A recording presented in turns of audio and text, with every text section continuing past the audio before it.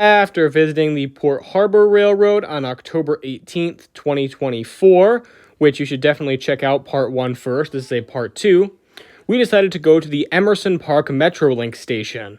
St. Louis has a tram/rapid transit network called Metrolink, and I had seen some of their cars last time I was in St. Louis, but didn't get any good videos of them, so I decided to do that. On our way, however, we got stopped by this Union Pacific Intermodal. There was a GEVO in the middle as a DPU.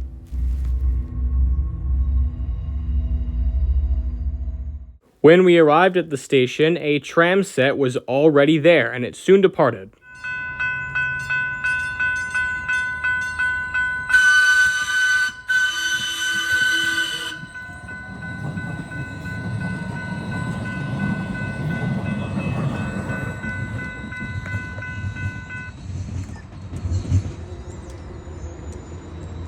Before I got the chance to cross over to the proper right side of the tracks, a westbound one surprised me.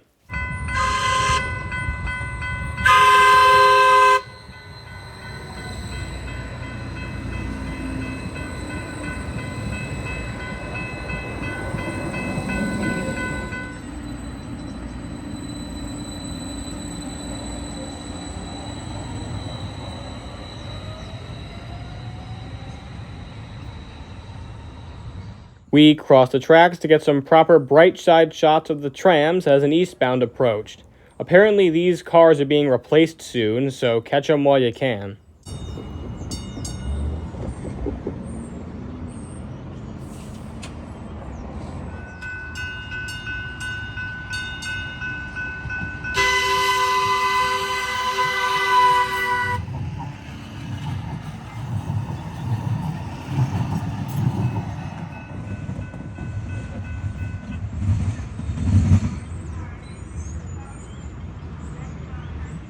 And then a minute later, a westbound rushed in. This was the last Metrolink train we caught.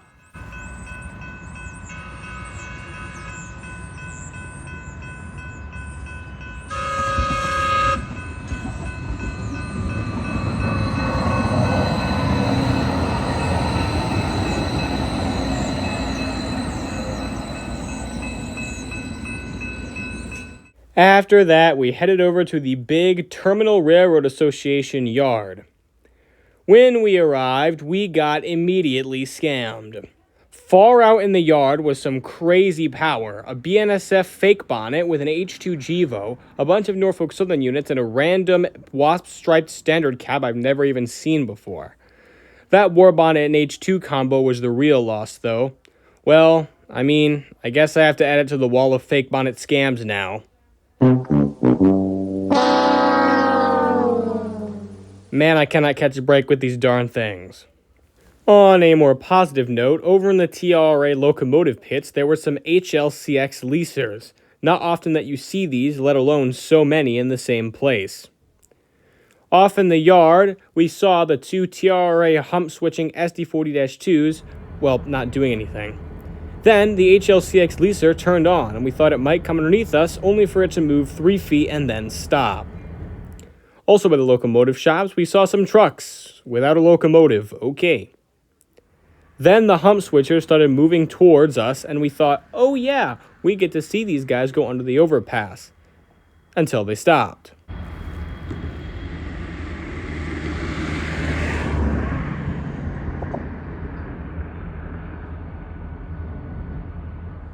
And then they started reversing back into the yard. While the SD40-2s tease us, we get a look at the scrap yard over here. Then they started heading forwards and went over the hump. We really thought we were going to see them go under the overpass this time. Until they stopped. Turned out they only needed to clear those points you see in the foreground there.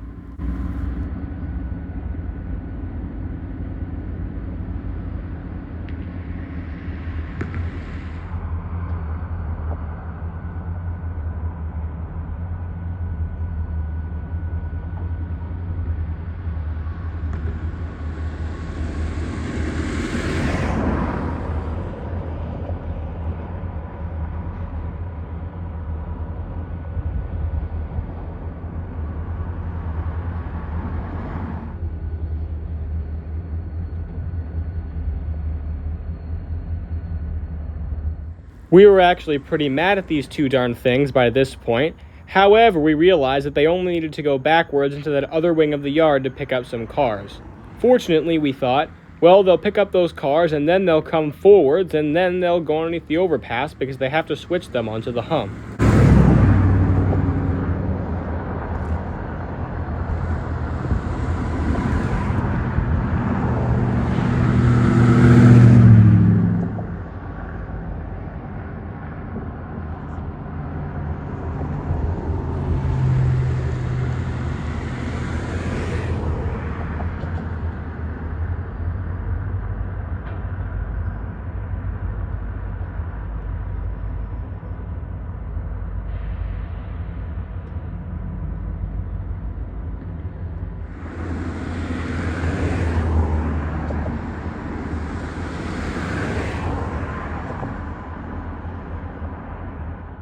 As they pulled forward, our suspicions were confirmed. They started smoking like crazy going around the bend before they eventually headed underneath the overpass.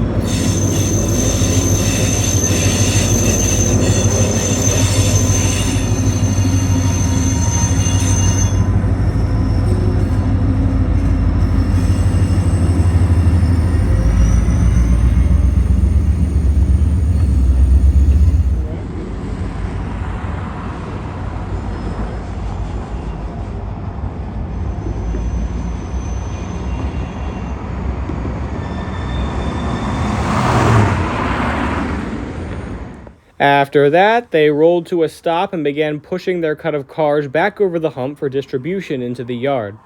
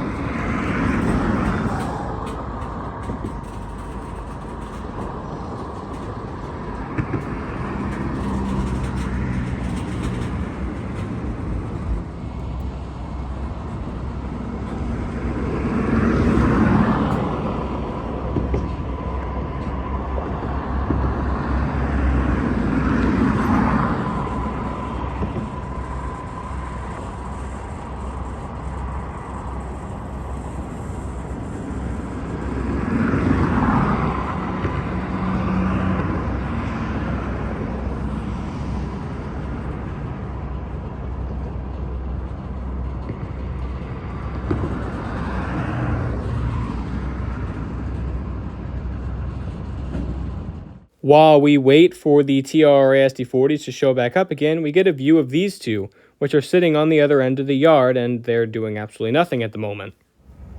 The two PHRR SD40-2s finally emerge from the bushes. Now, normally I would say that it took them only a little bit to get back underneath the overpass. But no, for some reason they decided to go back and forth a bazillion times. So here's a little compilation that in no way does justice to the literal 30 minutes I spent waiting for these two absolute jerks to come underneath the overpass.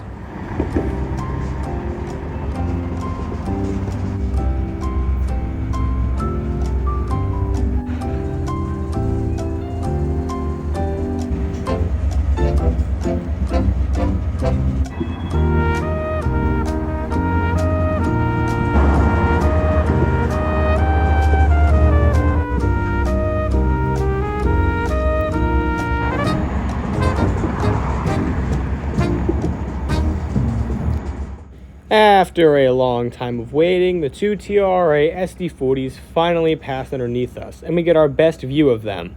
I really do love TRRA's paint scheme. It looks so good on the SD70Ms. I'm sad I didn't catch any on this trip.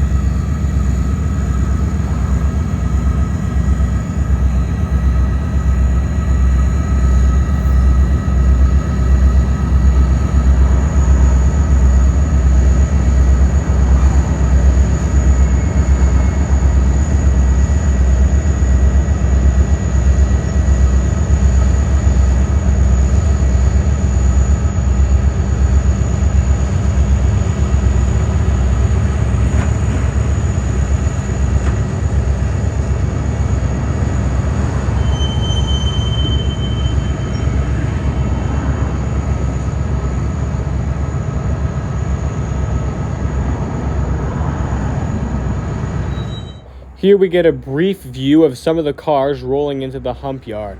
I really wish that it was just slightly closer so I could view some of its operations closer, but oh well. I took this one final shot of the two hump switchers next to the locomotive shops, and then we proceeded to drive 4 hours north to Joliet. See, the reason was because I needed to go to pick up my iPad from the engineer because I left it in his truck when I was on the Port Harbor Railroad. And since it was on the way home, we didn't want to go there and then go back to the TRA yard or any of the other yards in St. Louis. There wasn't really any good rail fanning spots on the way, so Joliet.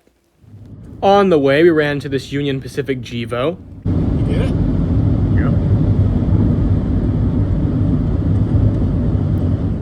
This old BNSF H1 terminal switcher, the largest covered wagon in the world, some random UP MAU equipment, and then we finally arrived at CN's yard in Joliet. We drove over the yard to get a view of what was in it, and then I spotted the day's major prize. 3 Illinois Central SD70 Death Stars, 1029, 1025, and 1028.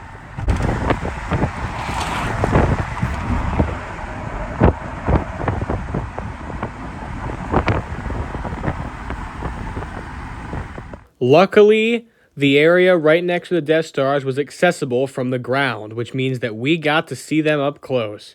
And fortunately, unlike Homewood Yard, the guys at this yard don't put the fences 11 feet tall. Even more fortunately, these 3 Death Stars are some of the few remaining that don't have the CN Noodle logo on the rear. These are pure Illinois Central painted units, aside from the FRA mandated yellow band on the running board. I was very excited to see these, considering that Death Stars are pretty rare. These 3 work the yard here in Joliet, I think.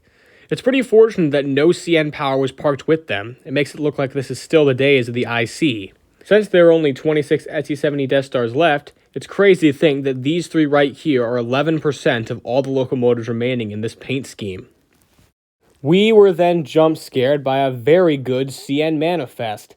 Leading was a fresh AC44C6M rebuild with a GEVO in second and an SD60 in tow. How many standard cabs am I going to see on this trip?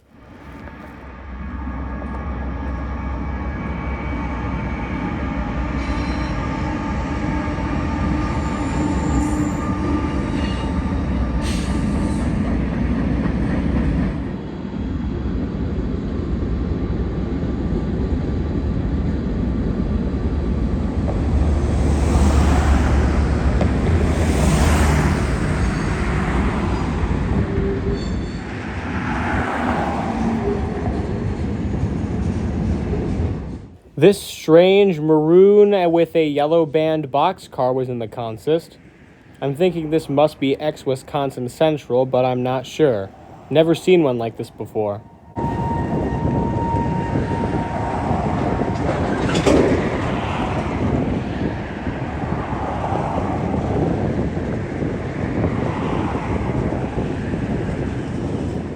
We get a honestly pretty bad photo of the Death Stars from up on the overpass before a CN Autorack / intermodal train sneaks up on us behind the manifest.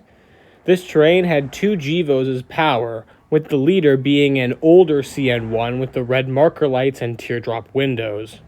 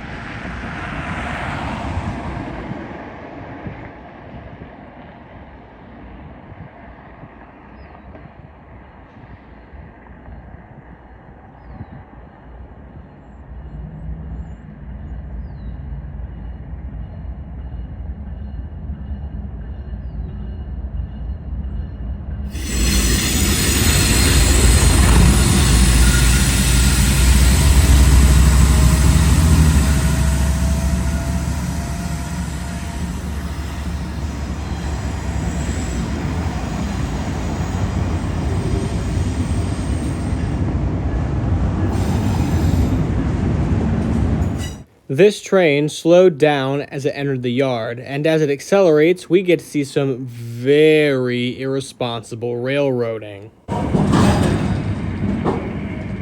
Let's replay that in slow motion.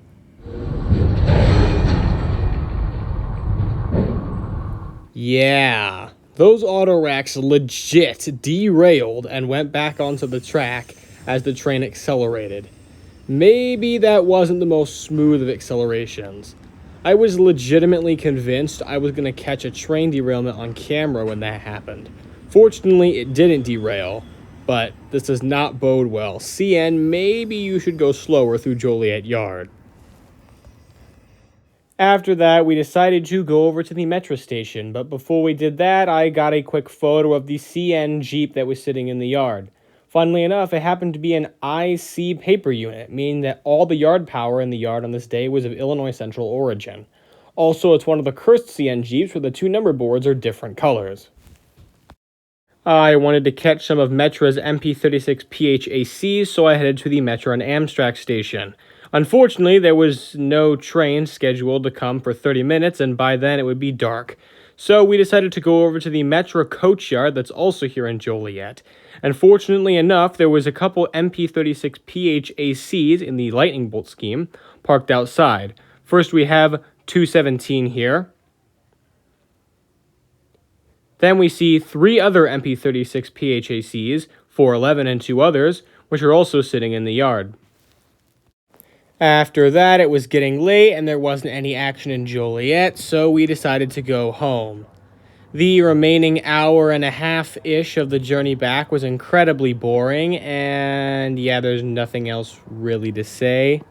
This trip was very fun. I'll definitely be returning to St. Louis sometime also to ride the Port Harbor and go back to Joliet maybe, and especially the PHRR yard, which I didn't get nearly enough action in on this trip. Also, Death Stars. Anyways, I hope you enjoyed this vlog, and make sure to come back next time for another vlog just like this one. And if you haven't watched part 1, you should do that.